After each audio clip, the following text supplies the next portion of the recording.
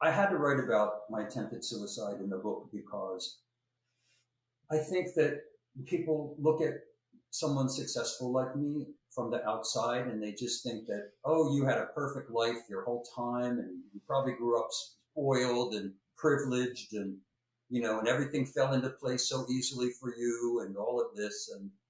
Um, and that wasn't true. So I needed to set the record straight, so to speak. But what were you? Okay, so you go get a gun because things are not working. You go to get a gun and you go check in at a hotel room. Santa Barbara. What do you like? What is going through your mind? Like, oh, I'm gonna go to Santa Barbara now and kill myself, and then what? Well, I don't know, but I got obsessed with Hollywood or something, with the concept that I wasn't worth anything unless I was being creative, unless I was being creative on a big scale, you know, that I didn't have any worth in the world, that I didn't have, there was nothing worth being here for because nobody wanted me, you know. And I was in a relationship that wasn't really, it was a nice relationship, but it wasn't all that supportive in a way. And, It and I, wasn't feeding. It wasn't feeding you. no, not in a way that I needed at that desperate time. And I, I wasn't rational, obviously, I mean, people who are in that state are not in their rational mind. And, I was surprised that I bought the gun. I've always been anti-guns, and I bought that gun, and I didn't even tell my anybody, my best friends or anybody, any of this was going on, and it just continued to get darker and darker and darker and darker for me mentally.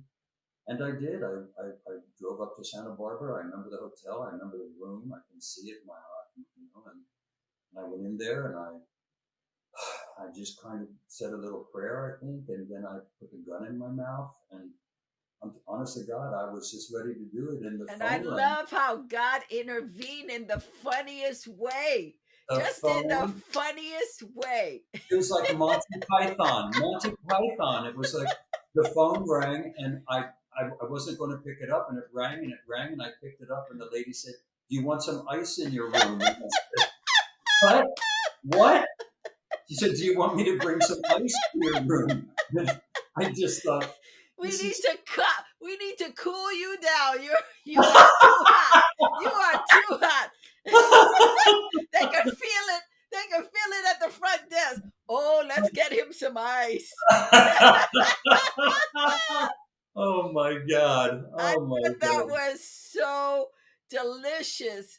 How God just intervened, because that was God. You said a prayer, God answered you. Oh yeah. He was like, "Okay, Vincent, you Oh yeah. didn't. I didn't bring you out of your childhood, which Yeah. was way worse than this, for you Yeah. to act out now. Yeah. We Well, can't have that."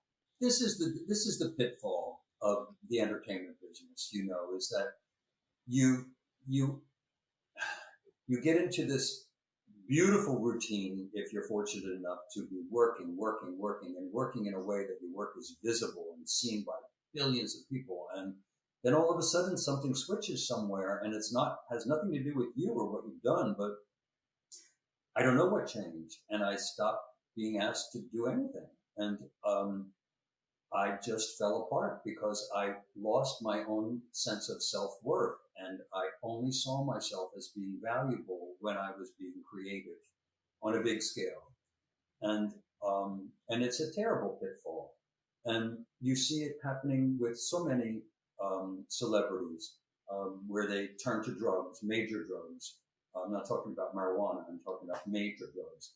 And, or this obsession with being past the point of necessarily needing to go out and do another tour, but they can't live without the love and screaming and, The and applause adulation, and the yeah. adulation of these billions of fans. They don't know how to live without it.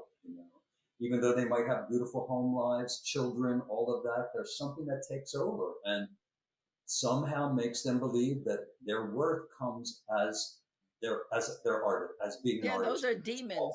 Those are Yeah. demons, because after your breakdown, you had an incredible breakthrough, or at least that's what I saw. Was you then not, it was like your creativity went global in a whole nother way, like out away from pop music. And it was like, all right, now we're going to take you to the other side of the world, and now you're going to do art from a genius point of view.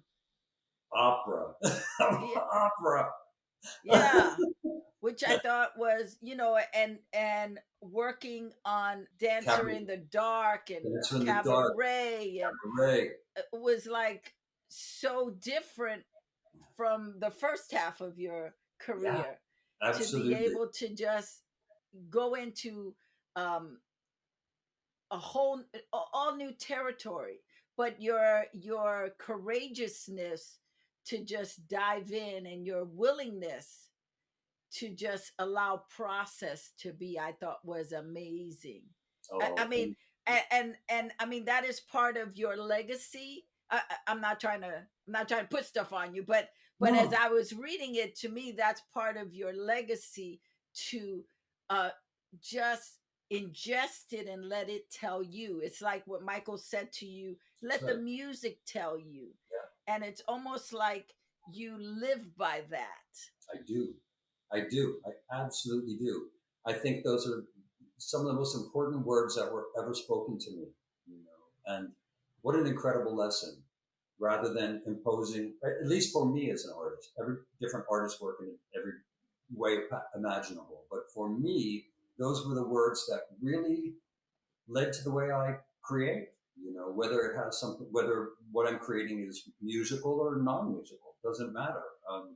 There's still music in dialogue, and there's music in the tempo of scenes. Whether it, you know, and and I let it always talk to me first, and then when I got the inspiration, I started to see pictures in my head. Then I know it's time to move this on and share these images with those people with whom I'm working. You talk about visualization, and you talk about visualization a lot in the book. Visualization, also manifestation. You had an accident with your finger, that it was severed, and you manifested your finger to come back. I did. I did. Which, amazing, This finger. amazing, It's amazing. a little bit shorter, you can see, but it was supposed to be gone from there. So So let's talk about visualization, because I'm really big into uh the mindset, how important mindset is, and you got to visualize, and how you would put stuff on your refrigerator.